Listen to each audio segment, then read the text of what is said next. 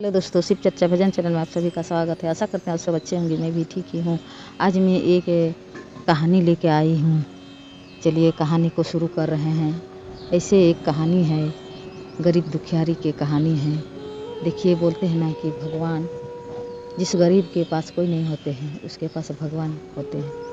कोई सहारा जिस गरीब को नहीं करते हैं वो भगवान ज़रूर सहारा करते हैं, सहायता करते हैं।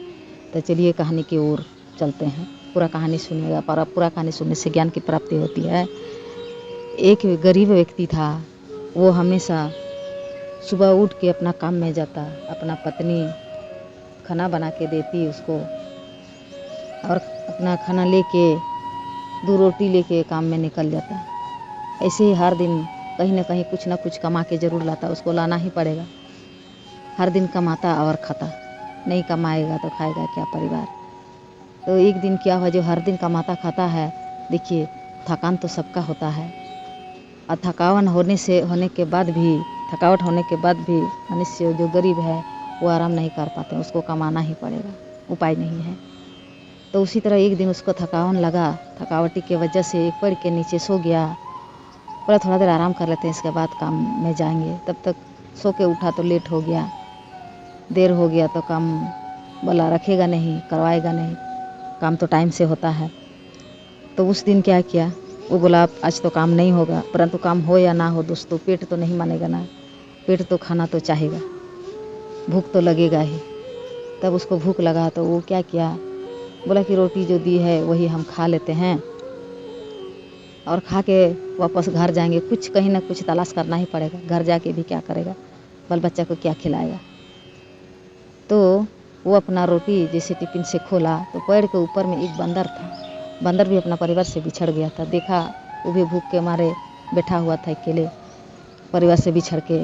तो जैसे उसका टिफिन खोला गरीब व्यक्ति, तो बंदर भी नीचे उतर गया, और नीचे उतरने के बाद छीनने नहीं लगा, वो साइड में बैठ गया उतर के। तब उसको गरीब मनुष्य को उसको लगा कि शायद भूख लगा होगा, इसीलिए शांत से आके बैठ गया। उसको भी एक रोटी दे देते हैं, उसको भी एक रोटी दे दिया, उसको एक रोटी दे दिया, और वो मनुष्य एक रोटी खाया। तब थोड़ा देर बैठने के बाद वो गरीब व्यक्ति वो अपना वापस घर आने लगा, और सोच में है कि क्या करें, आज का कमाई कहाँ से ले जाएं। तो वो आने लगा तो उसके पीछे पीछे बंदर भी आने लगा, बंदर भी उसका पीछे आने लगा। तो कुछ दूर आया, जैसे बस्ती में थोड़ा घुसा, तो बस्ती में सब मनुष्य और ज़्यादा था, सब दौड़ाने लगा। तो वो बंदर जाके जो मनुष्य रोटी खिलाया था उसके कंधा पर चढ़ गया, कुछ किया नहीं, चढ़ गया कंधा पर अपना जान बचाने के लिए। तो वो घबरा गया, मनुष्य घबरा गया कि ये हमको मारे ना, बंदर डर गया। फिर देख रहा है कि सिमट के कंधा पर जाके बैठ गया, कुछ नहीं किया। तो गरीब व्यक्ति सोच रहा है कि डर के मारे चढ़ गया, चलो हमको कुछ नहीं किया तो उसको इस गांव को पार करा देते हैं, फिर आगे जाके उतार देंगे, अपना जाएगा। और डर के मारे कुछ बोल भी नहीं पा रहा है। तो ऐसे कंधा पर जब चढ़ गया तो पूरा गांव वाला इकट्ठा हो गया देखने के लिए। और कहते हैं ना दोस्तों कि पहले के ज़माना में, अभी भी आजकल भी गांव में बंदर का खिला दिखाते हैं, और गरीब आदमी रोजी रोटी अपना चलाते हैं उसी से, चावल पैसा बंदर खेल दिखा के।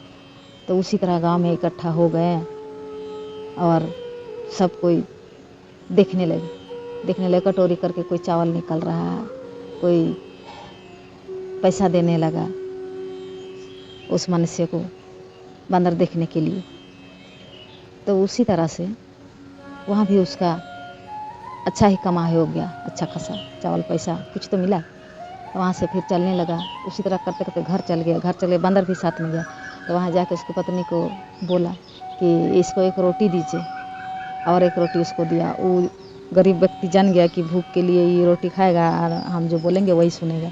बस उस दिन से उसका वो पालतू हो गया, खिलाता रहा रोटी उसको, और जहाँ कहीं भी वो मनुष्य जाता बंदर उसका पीछे पीछे, उसी को पहचानता है, अपना परिवार से तो बिछड़ गया है।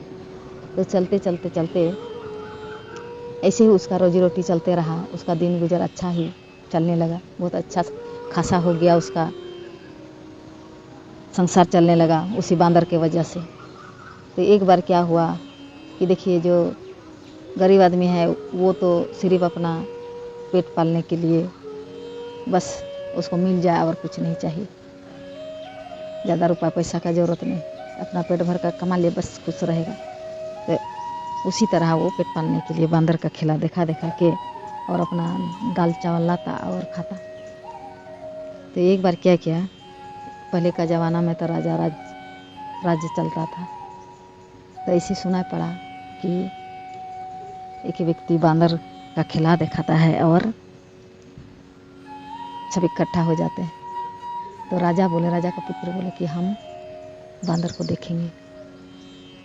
तब राजा का ऑर्डर था, राजा बुला लिए घर में सर सिपाही भेज के कि जाओ और जाके उसको बंदर नाचाने वाला को ले आओ। फिर उसको बंदर के साथ बोला कि चलो राजा बुलाए हैं, और आ गया राजमहल वो गरीब व्यक्ति और बंदर। तो बंदर का जैसे देखा बंदर को, राजकुमार था, वो बोला कि बंदर हम रखेंगे, हमको ये बंदर चाहिए। और वो गरीब मनुष्य वो क्या बोला कि नहीं, हम नहीं देंगे, इसी बंदर से हमको घर में रोजी रोटी चलता है, बंदर की वजह से, तो हम दे देंगे तो क्या खाएंगे। तो राजा बोले नहीं, तुमको जो धन दौलत है हम देंगे और इस बंदर को हमको दे दो। तब मनुष्य तो हम लोग सौदा कर सकते हैं, पर जो पशु होते हैं वो तो सिर्फ भाव श्रद्धा भक्ति देखते हैं, मन जिससे लगे उसी से खुश रहते हैं। तो धन दौलत तो दिया, राजा दिए, वो मनुष्य लिया भी और बंदर को दे दिया कि जाओ उसके पास रहो। बंदर दौड़ दौड़ के इसी के पास आता। तब क्या किया, वो गरीब आदमी ने बोला राजा से कि इसको रोटी दीजिए, रोटी देने से ही आपका घर में रहेगा और नहीं तो नहीं रहेगा। तो फिर रोटी दिया उसको बंदर को राजकुमार, और अपना पास बुला लिया। तो वो जो मनुष्य था गरीब व्यक्ति, वो छेड़खानी नहीं करता था, कुछ नहीं करता था बंदर को, वो जानवर समझ के खिलाता और उसी के बस में ही चलता, चुपचाप रहता। और राजकुमार है उसको तो राजा लोग तो कुछ भी अपना मन मुताबिक करते थे। तब राजकुमार ने उस बंदर को अपना हाथ से खिलाता, कभी उसका बदन को सहलाता, पूँछ पकड़ता, कान पकड़ता। वैसे देखिए जानवर ही होते हैं दोस्तों। तब उसी तरह बंदर को तंग करने लगा, तो बंदर ने राजकुमार को काट लिया।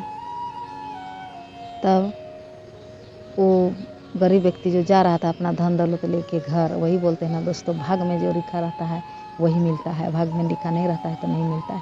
जो गरीब है वो गरीब क्यों, जो अमीर है वो अमीर क्यों, वही भाग का ही लिखा जोखा है कुछ हिस्सा। तब वो क्या किया, जैसे बंदर काट लिया और राजा सर सिपाही को भेजा कि जाओ उस मनुष्य को पकड़ के लाओ। वो जा ही रहा था अपना धन दौलत लेके, रास्ते में उसको पकड़ लिया सर सिपाही, और धन दौलत के सहित उस मनुष्य को वापस राजमहल में ले आया और क्या बोला कि इसको, मेरा बेटा को जिस तरह कटवाया उसी तरह इसको भी दंड देंगे। राजा का ऑर्डर है, राजा जो बोले, जो आदेश देते हैं वो सर सिपाही को करना पड़ता है। तब बोले राजा कि इसको ले जाओ, और बीच जंगल में चौराहे पर वहाँ जाके इसको रस्सी से बांध दो बोला राजा, बांध दिया और बोला कि उसको सांप से कटवा दो, उसको कैसा लगेगा। और अपना बेटा का इलाज किया कि हमको, मेरा बेटा को बंदर से कटवा दिया, परंतु उस गरीब व्यक्ति का वो मन में वो सोचा भी नहीं था कि इस बंदर के वजह से मेरा जान जाएगा। तब क्या हुआ कि उसको वही किया सर सिपाही, ले जाके जंगल में उसको बांध दिया गरीब व्यक्ति को, मनुष्य को, और एक सांप से कटवा दिया और वो लोग वहाँ से वापस चले गए राजमहल, रस्सी से बांध दिया। तब वो क्या किया, वो गरीब आदमी वो सोचने लगा, वो जान गया कि अब तो हम मरेंगे, अब तो जिएंगे नहीं, परंतु वो आगे का सोचने लगा, घर परिवार, ये दुनियादारी सब कुछ भूल के अब क्या करें, अब तो ऊपर ही जाना है, भगवान को याद कर लेते हैं। तब वो भगवान को याद करने लगा और वो मन ही मन वो शिव भक्त था, शिव का बहुत सम्मान आदर करता, पूजा पाठ तो करता नहीं, कुछ धन दौलत था नहीं, मन ही मन हर दिन वो शिव का नाम लेता और कुछ नहीं, नाम ही पूजा है। तो देखिए उसी नाम के वजह से उस दिन क्या किया कि हे भगवान, हे महादेव, कभी तो हम पूजा पाठ किए नहीं, तो आज हम बुला रहे हैं कि अब हम जाने लगे ऊपर, कोई गुनाह नहीं किए हैं, हम ऐसा क्या गुनाह कर दिए। राजा, उसको तो पता भी नहीं चला कि क्या हुआ राजमहल में। राजा हमको धन दौलत दिए और धन का लोभ दे के और आज हमको जान मार दिए। अगर हम गलत है तो मर जाएं और सही है महादेव, हम कुछ भी पुण्य कमाए हैं जीवन में, धर्मिष्ठी है, तो मुझे बचा लीजिए महादेव।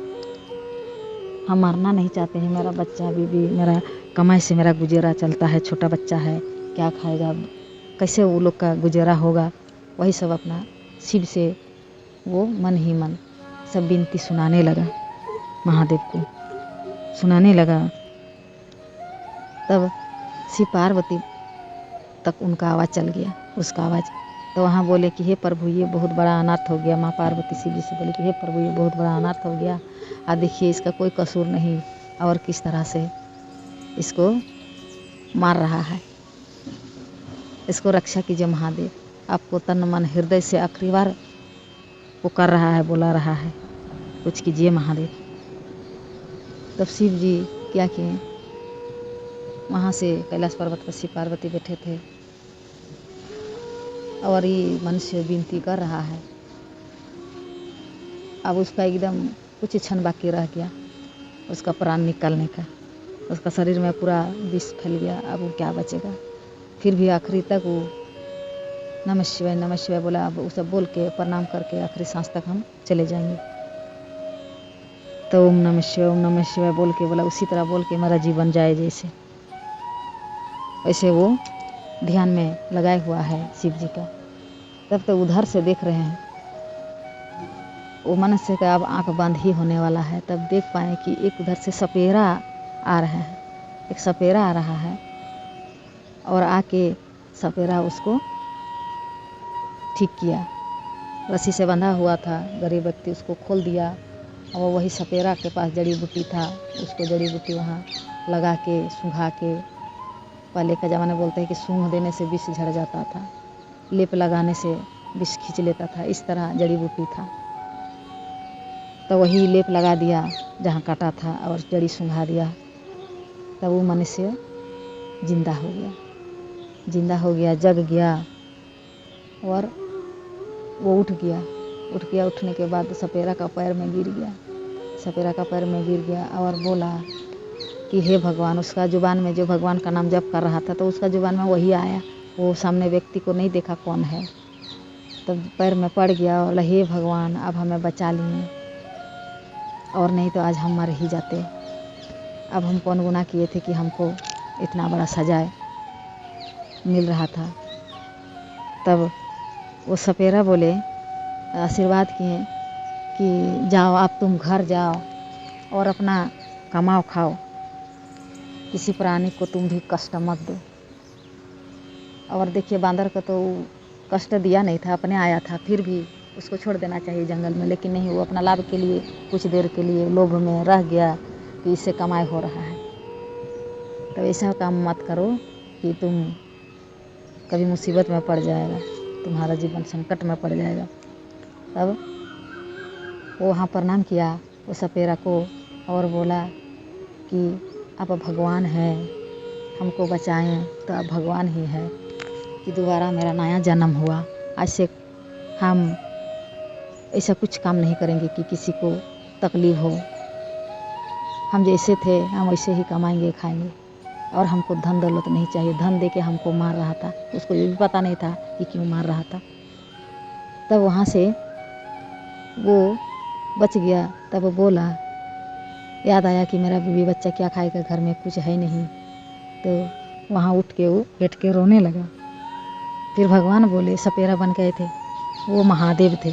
तो बोले, क्या हुआ तुमको, क्यों रो रहा है? अब तुम बच गया तब रो रहा है, मर रहा था वो, उस समय तुमको रोना नहीं आता है, अभी रो रहा है, किसके लिए, किस लिए? तब बोला कि नहीं, मेरा बीवी बच्चा क्या खाएगा।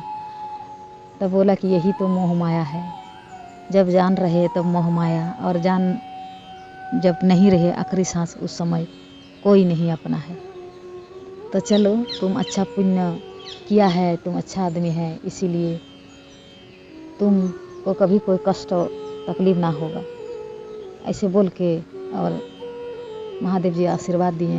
तब बोले कि हे भगवान, हम चाहते हैं भगवान का हम सेवा करें, हम महादेव का सेवा करेंगे, हम पूजा पाठ करेंगे। मेरा पास तो कुछ है ही नहीं पूजा करने के लिए, हम चाहते हैं कि हम पूजा करें, मेरा पास इतना धन दौलत हो कि हम भगवान का पूजा कर सकें।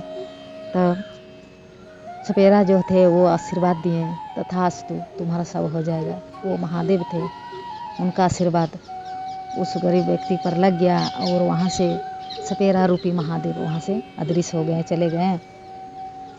तो घर जाके वो गरीब व्यक्ति देख रहा है कि उसका घर जाके घर में सब कुछ है, उसका बीवी बच्चा का कोई तकलीफ नहीं, देख रहा है सब कुछ भरल पुरल है, खान पान अन्न पान गरीब का क्या है, खाना है, खाना मिल जाए, 2 वक्त 3 वक्त का रोटी मिल जाए और कुछ नहीं चाहिए। तब देखा कि घर में सब ठीक ठाक चलने लगा। तब उसका वो याद आया मन में कि जब मेरा घर चल रहा है ठीक से, तो हम क्यों ना पूजा करें। कमाता खाता और शिव का पार्वती का पूजा करता, बस उसी तरह से वो शिव भक्त बन गया। हर हर महादेव। दोस्तों अच्छा लगे तो लाइक कीजिए, शेयर कीजिए, सब्सक्राइब जरूर कर लीजिएगा कि भक्ति भरा कथाएँ और कहानी हम सुना सकें। तो भगवान का अगर दिल हृदय से पुकारिएगा, स्मरण कीजिएगा, तो बोलते हैं ना जिसका कोई नहीं होता उसका भगवान होते हैं, उसी तरह भगवान आके जरूर सहायता करेंगे। हर हर